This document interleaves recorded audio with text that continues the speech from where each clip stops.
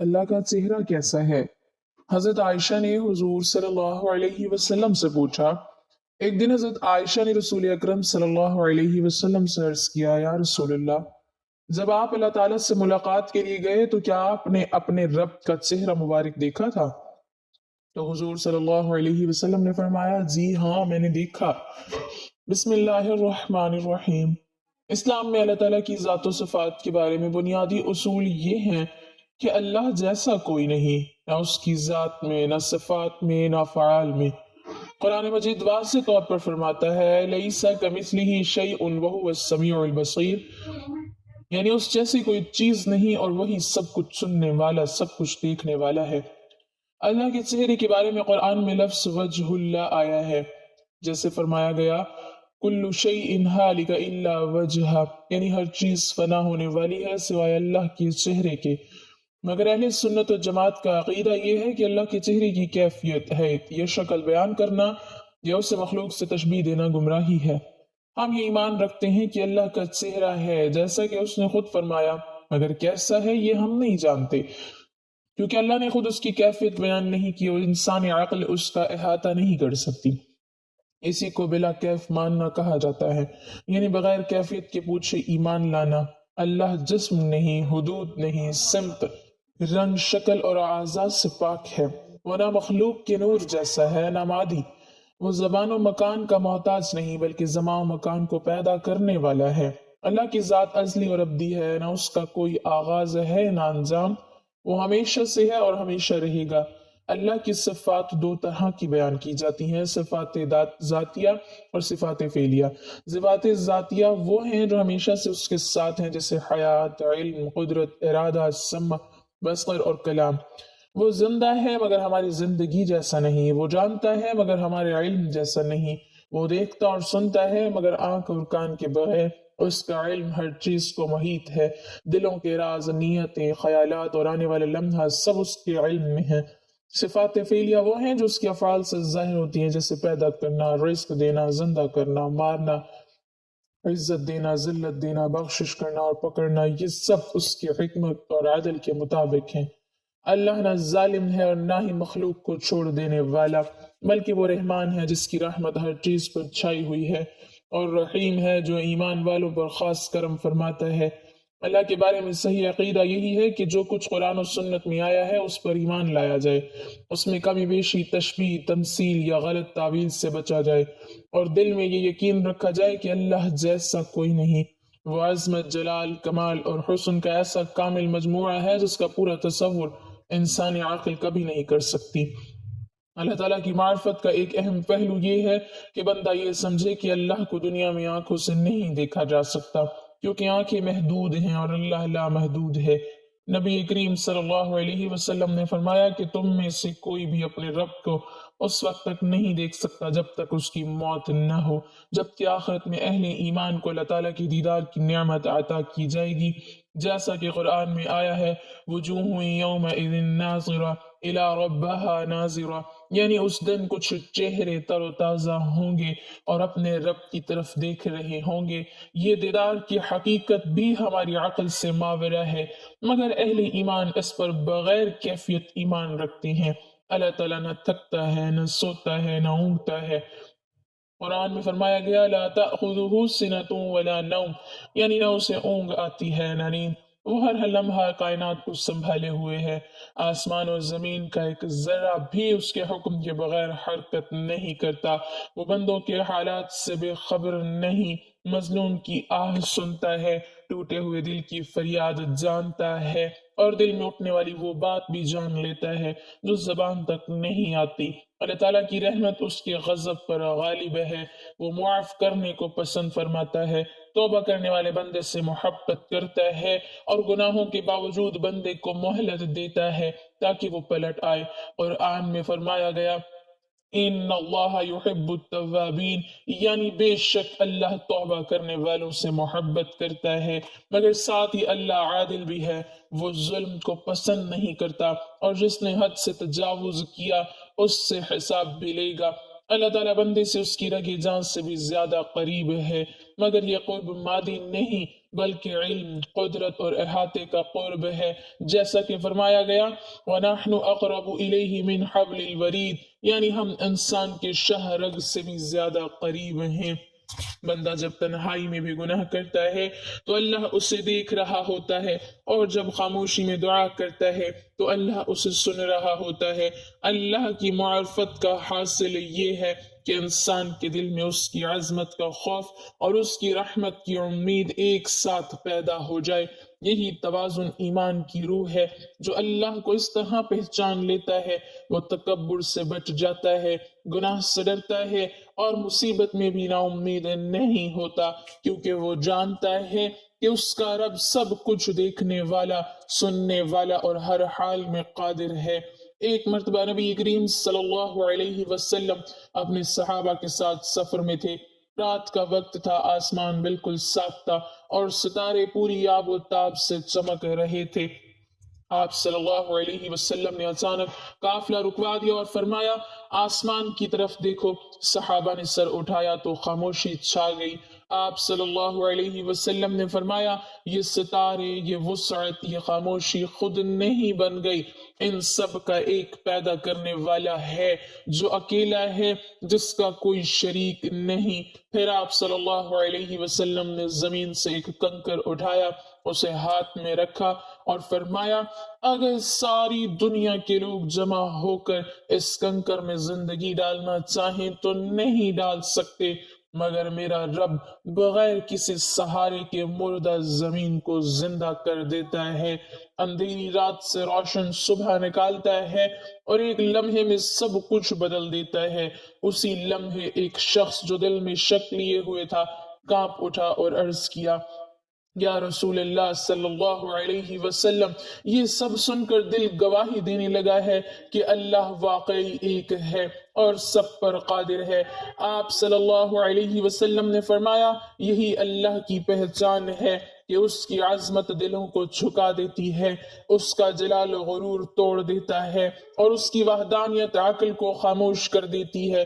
وہ اکیلا ہے، اسے کسی کی ضرورت نہیں، سب اسی کے محتاج ہیں، نہ اس جیسا کوئی ہے، نہ اس کے حکم کو کوئی روک سکتا ہے۔ جب وہ چاہتا ہے تو ناممکن ممکن ہو جاتا ہے، اور جب وہ پکڑ کرتا ہے تو طاقتور بھی بے بس ہو جاتا ہے۔ یہی وہ رب ہے جس کی بڑائی آسمانوں سے بلند، جس کا جلال زمین و آسمان پر چھایا ہوا، اور جس کی وحدانیت ہر سچے دل پر خود بخود ظاہر ہو جاتی ہے۔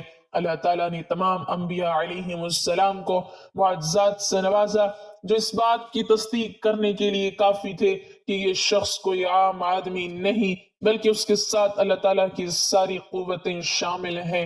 اس کے ہاتھ سے ان ناممکن چیزوں کا صدور ہو سکتا ہے جس کے بارے میں دوسرے لوگ سوچ بھی نہیں سکتے۔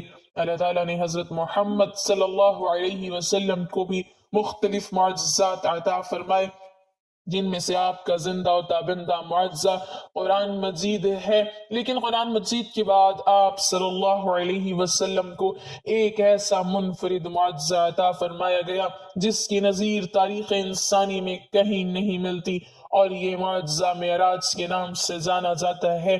معراج النبی صلی اللہ علیہ وسلم کا واقعہ انسانی عظمت اور سربلندی کا نقطہ عروج ہے۔ یہ واقعہ نبی کریم صلی اللہ علیہ وسلم کی سیرت کا وہ منفرد ترین واقعہ ہے جسے عقل سے نہیں، ایمان اور عشق کی طاقت سے سمجھا جا سکتا ہے، اس لیے کہ عقل کی پرواز ہمیشہ سے ہی محدود رہی ہے۔ انسان نے جب بھی معجزات کو محض عقل سے سمجھنے کی کوشش کی ہے، اس نے ہمیشہ ہی ٹھوکر کھائی ہے۔ اسراء و معراج کے پورے واقعے پر مادیت عقل ہے، محو تماشائے لب بام ابھی کی کیفیت سے دوچار ہے، لیکن ایمان و عشق اسے ہمیشہ سے سچ ہی سمجھتے آئے ہیں، اور تا قیامت اس کی صداقت میں اضافہ ہی ہوتا جائے گا۔ واقعہ معراج سے یہ سبق دیتا ہے کہ آسمان کی بلندیاں اور وسعتیں حضرت انسان کی دسترس میں ہیں۔ یہ واقعہ مستقبل کے بارے میں اللہ تعالیٰ کے منصوبوں اور اسلام کی ترویج و اشاعت کا غمار بھی ہے۔ روایات کے مطابق معراج کا واقعہ مکی زندگی کے بالکل اواخر میں پیش آیا۔ یہ وہ مرحلہ تھا جب مکہ ظلم کی ایک ایسی وادی بن چکا تھا جہاں پر مسلمانوں کے لیے مزید رہنا انتہائی دشوار ہو رہا تھا۔ نبی اکرم صلی اللہ علیہ وسلم کے دو مادی سہارے حضرت ابو طالب اور حضرت خدیجہ الکبریٰ رضی اللہ تعالی عنہ یکی بعد دیگر انتقال فرما چکے تھے۔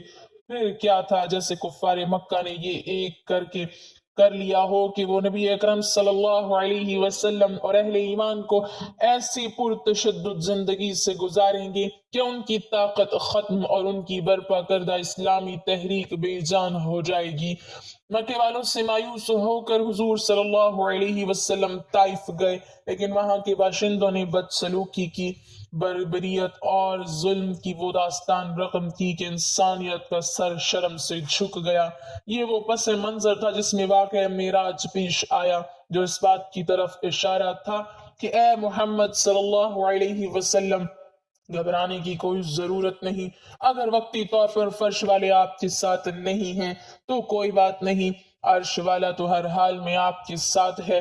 اس کے ساتھ ہی اللہ تعالیٰ کفار مکہ اور سرداران طائف کو یہ بتانا چاہتے تھے کہ اللہ تعالیٰ کی بے پناہ قوت حضرت محمد صلی اللہ علیہ وسلم اور ان کی برپا کردہ تحریک کے ساتھ ہے۔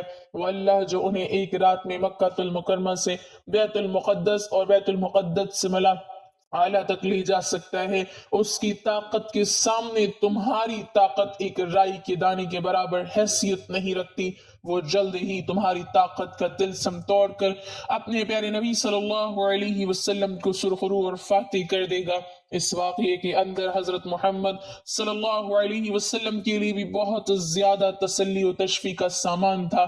اس واقعے سے یہ واضح کرنا مقصود تھا کہ جس اللہ نے آپ صلی اللہ علیہ وسلم کو کائنات کے لیے ہادی و رہنما بنا کر مبعوث فرمایا ہے، اس کی مدد قدم قدم پر آپ صلی اللہ علیہ وسلم کے ساتھ ہے۔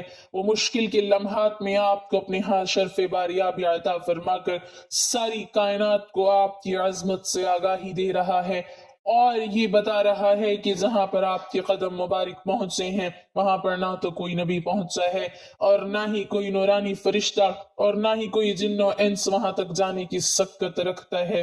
اس واقعے نے حضور صلی اللہ علیہ وسلم کو عملی طور پر امام الانبیاء کے رتبے پر بھی فائز کر دیا، اس لیے کہ معراج ہی کی رات تمام انبیاء علیہم السلام نے آپ صلی اللہ علیہ وسلم کی اقتداء میں نماز ادا کرنے کا شرف حاصل کیا تھا۔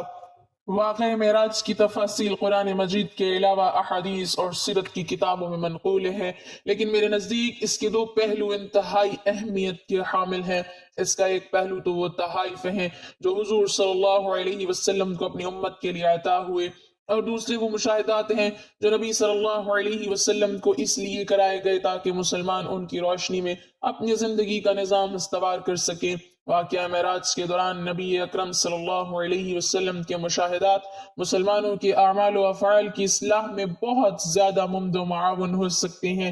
یہ مشاہدات یہ درس دیتے ہیں کہ نیک اعمال کرنے والوں کے لیے اللہ تعالیٰ کی رحمتیں، عنایتیں اور برکتیں اس دنیا سے لے کر عالم آخرت تک جاری و ساری رہتی ہیں، جبکہ برے اعمال کا ارتکاب کرنے والے دنیا و آخرت میں اللہ تعالیٰ کے غضب کے مستحق قرار پاتے ہیں۔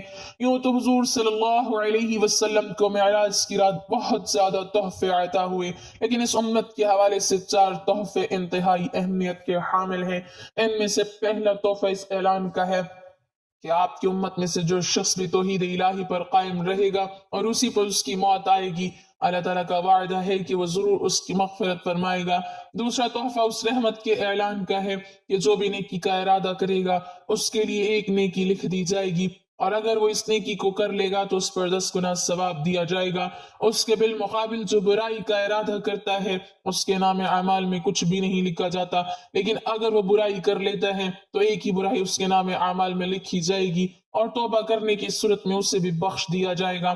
تیسرا تحفہ 50 نمازوں کا ہے جو حضرت موسیٰ علیہ السلام کی بار بار تلقین کے بعد بارگاہ عزدی میں پیش کے بعد کمی ہو کر صرف 5 رہ گئیں۔ اور چوتھا تحفہ سورہ بقرہ کی آخری آیات کا ہے جو براہ راست حضور صلی اللہ علیہ وسلم پر نازل فرمائی گئیں۔ اگر دیکھا جائے تو یہ چاروں تحفے ایک سے بڑھ کر ایک ہیں۔ توحید پر مبنی زندگی اور اسی پر موت قابل رشک ہونے کے ساتھ ساتھ اللہ تعالیٰ کی ابدی جنت اور اس کی ہمیشہ کی رضا کا باعث ہے۔ نیکی کے ارادے پر ہی اجر اور اسے اختیار کرنے پر بے انتہا ثواب، اور اس کے بالمقابل برائی کے ارادے پر کسی بھی سزا سے توقف، اور برائی پر اتنا ہی گناہ جتنی اس کی مقدار ہے۔ یہ اللہ کے کرم کی وہ نشانی ہے جس کا کوئی بھی مقابلہ نہیں کر سکتا۔ سورہ بقرہ کی آخری 2 آیات کی شان ہی نرالی ہے کہ وہ بغیر کسی واسطے کے براہ راست عطا ہوئی، جیسے محب اپنے محبوب سے ملاقات کے وقت اسے کوئی نرالا تحفہ پیش کرتا ہے۔ سبحان اللہ، اس کی عظمت کا کیا کہنا۔ اور جہاں تک 5 نمازوں کا تعلق ہے، کہنے کو تو وہ 5 ہی رہ گئی ہیں، لیکن اللہ تعالیٰ کا یہ بھی وعدہ ہے کہ جو بھی انہیں خشوع و خضوع کے ساتھ ادا کرے گا اسے ثواب 50 ہی کا دوں گا۔ یاد رکھیے کہ معراج کا سب سے بڑا تحفہ نماز ہے، جو مخلوق کو اللہ سے جوڑنے کا بہترین ذریعہ ہے، لیکن افسوس کا مقام ہے کہ مسلمانوں کی اکثریت اس پیغام کو بھول چکی ہے۔ معراج کی شب حضور صلی اللہ علیہ وسلم نے جنت اور جہنم میں جو مشاہدات کیے، اگرچہ وہ تمثیلی انداز میں تھے، لیکن ان کے اندر ہماری روزمرہ کی زندگی کے لیے بہت سے اسباق ہیں۔ آپ صلی اللہ علیہ وسلم نے مشاہدہ کیا کہ کچھ لوگوں کی کھیتیاں سدا بہار ہیں، جو خزاں سے آشنا نہیں ہیں، ان میں ہر وقت اضافہ ہی ہوتا جا رہا ہے۔ پوچھنے پر معلوم ہوا کہ یہ مجاہدین فی سبیل اللہ ہیں، جن کا اجر بڑھتا ہی چلا جاتا ہے۔ پھر دیکھا کہ کچھ لوگ ایسے ہیں جن کے سر ایک بھاری بھرکم پتھر سے کچلے جا رہی ہیں۔ پوچھا یہ کون ہیں؟ تو بتایا گیا کہ یہ وہ لوگ ہیں جو اپنی نمازوں میں سستی کرتے تھے۔ کچھ اور لوگوں کا مشاہدہ کرایا گیا جن کے کپڑوں پر پیوند ہی پیوند لگے ہوئے تھے۔ بتایا گیا کہ یہ وہ بدبخت ہیں جو اپنے مال سے زکوٰۃ و صدقات تک بھی نہیں دیتے تھے۔ پھر ایک ایسے شخص کا مشاہدہ کرایا گیا جو لکڑیوں کا ایک بھاری بھرکم گٹھا اٹھانے کی کوشش کر رہا ہے، اور جب اسے نہیں اٹھا سکتا تو اس میں سے کچھ کم کرنے کی بجائے اس میں مزید ڈال دیتا ہے۔ پوچھا یہ کون احمق ہیں؟ بتایا گیا یہ وہ شخص ہے جس کے پاس پہلے ہی امانتوں کا وزن زیادہ تھا، جنہیں وہ پورا نہیں کر سکتا تھا، لیکن وہ انہیں کم کرنے کی بجائے ان میں اور اضافہ کرتا جاتا تھا۔ کچھ ایسے لوگوں کو بھی دیکھا جن کی زبانیں اور ہونٹ تیز کینچیوں سے کاٹے جا رہے تھے۔ معلوم ہوا کہ یہ آگ لگانے والے فتنہ باز خطیب اور مقررین تھے۔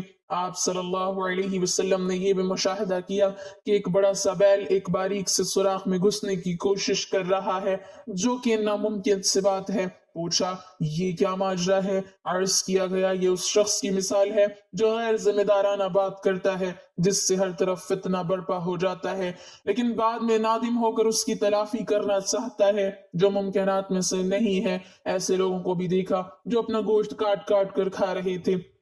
معلوم ہوا یہ وہ لوگ ہیں جو دوسروں کو تانے دیتے تھے۔ پھر ایسے لوگوں کو بھی دیکھا جو اپنے تانبے کے لمبے لمبے ناخنوں سے اپنے منہ اور سینے کے گوشت کو نوچ رہے تھے۔ پوچھا یہ کون ہے؟ تو معلوم ہوا کہ یہ وہ لوگ ہیں جو دوسروں کی پیٹھ پیچھے برائیاں بیان کرتے تھے۔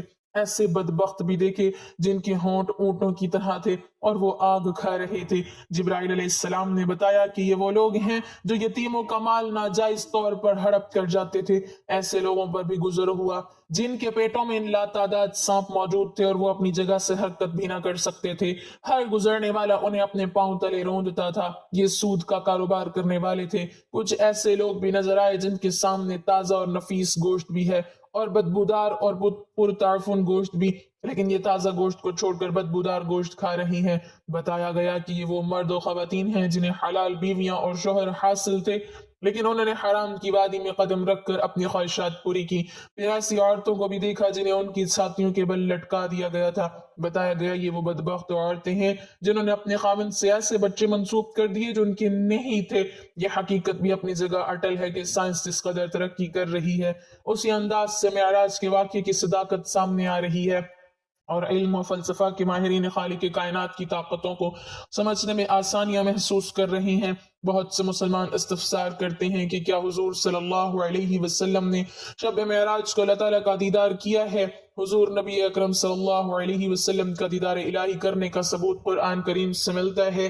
قرآن کریم کی جس آیت سے رسول اللہ صلی اللہ علیہ وسلم کی دیدار الہی کا انکار کیا جاتا ہے وہ بعض لوگوں کی زبردستی ہے۔ یہی حال حضرت عائشہ صدیقہ رضی اللہ تعالی عنہ کی روایت کا ہے۔ دونوں پر مختصر غور کیا جاتا ہے۔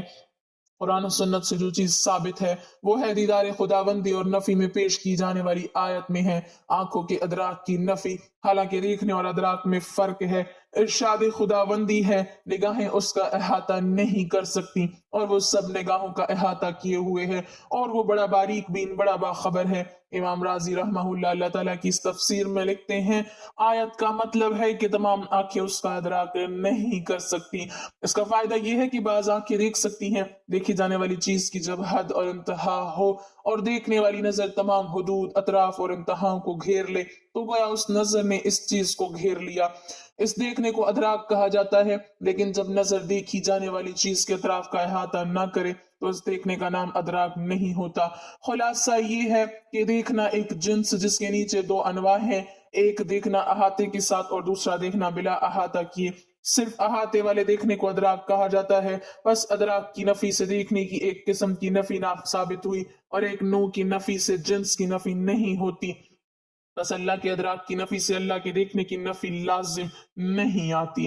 امام قرطبی فرماتے ہیں ادراک کا مطلب ہے گھیر لینا اور حد کھینچنا، جیسے مخلوق دیکھی جا سکتی ہے، اللہ کا دیکھنا ثابت ہے۔ خلاصہ یہ کہ قرآن کی آیت سے اور ام المومنین حضرت عائشہ صدیقہ رضی اللہ تعالی عنہ کے قول سے دیدار الہی کی نفی رسول اللہ صلی اللہ علیہ وسلم سے ثابت نہیں ہوتی۔ آیت کا مطلب ہے کہ تمام آنکھیں اس کو نہیں دیکھ سکتی، یا یہ کہ آنکھیں اللہ کا احاطہ نہیں کر سکتی، اور ظاہر ہے کہ دیکھنا اور ہے احاطہ کرنا اور ہے۔ نتیجہ یہ ہے کہ بعض آنکھیں دنیا میں بھی اللہ کو دیکھ سکتی ہیں، اور یقیناً وہ بعض آنکھیں محمد الرسول اللہ صلی اللہ علیہ وسلم ہی کی ہیں۔ حضرت ابن عباس رضی اللہ تعالی عنہ نے فرمایا ہم بنی ہاشم تو کہتے ہیں کہ بے شک محمد صلی اللہ علیہ وسلم نے اپنے رب کو 2 بار دیکھا ہے۔ پھر ابن عباس رضی اللہ تعالی عنہ نے فرمایا کہ تمہیں اس پر تعجب ہے کہ دوستی یعنی خلط ابراہیم علیہ السلام کے لیے، کلام موسیٰ علیہ السلام کے لیے اور دیدار الہی محمد صلی اللہ علیہ وسلم کے لیے ثابت ہے؟ اس پر حضرت کعب نے کہا اللہ اکبر، یہاں تک کہ پہاڑ گونج اٹھے۔ امام عبد الرزاق نے بیان کیا حسن بصری اللہ کی قسم اٹھا کر کہتے ہیں بے شک محمد صلی اللہ علیہ وسلم نے اپنے رب کو دیکھا ہے۔ مروان نے حضرت ابو ہریرہ رضی اللہ تعالی عنہ سے پوچھا کیا محمد صلی اللہ علیہ وسلم نے اپنے رب کو دیکھا؟ انہوں نے فرمایا ہاں۔ حضرت امام احمد بن حنبل رضی اللہ تعالی عنہ نے فرمایا حضور نبی اکرم صلی اللہ علیہ وسلم نے اپنی آنکھوں سے اللہ کو دیکھا یہاں تک کہ ان کا سانس بند ہو گیا۔ اللہ تعالیٰ سے دعا ہے کہ وہ ہمیں اس معجزے کی برکات سے فیضیاب ہونے کی توفیق عطا فرمائے، آمین۔ ناظرین کمنٹ باکس میں اللہ تعالیٰ کے 99 ناموں میں سے ایک نام ضرور ٹائپ کریں۔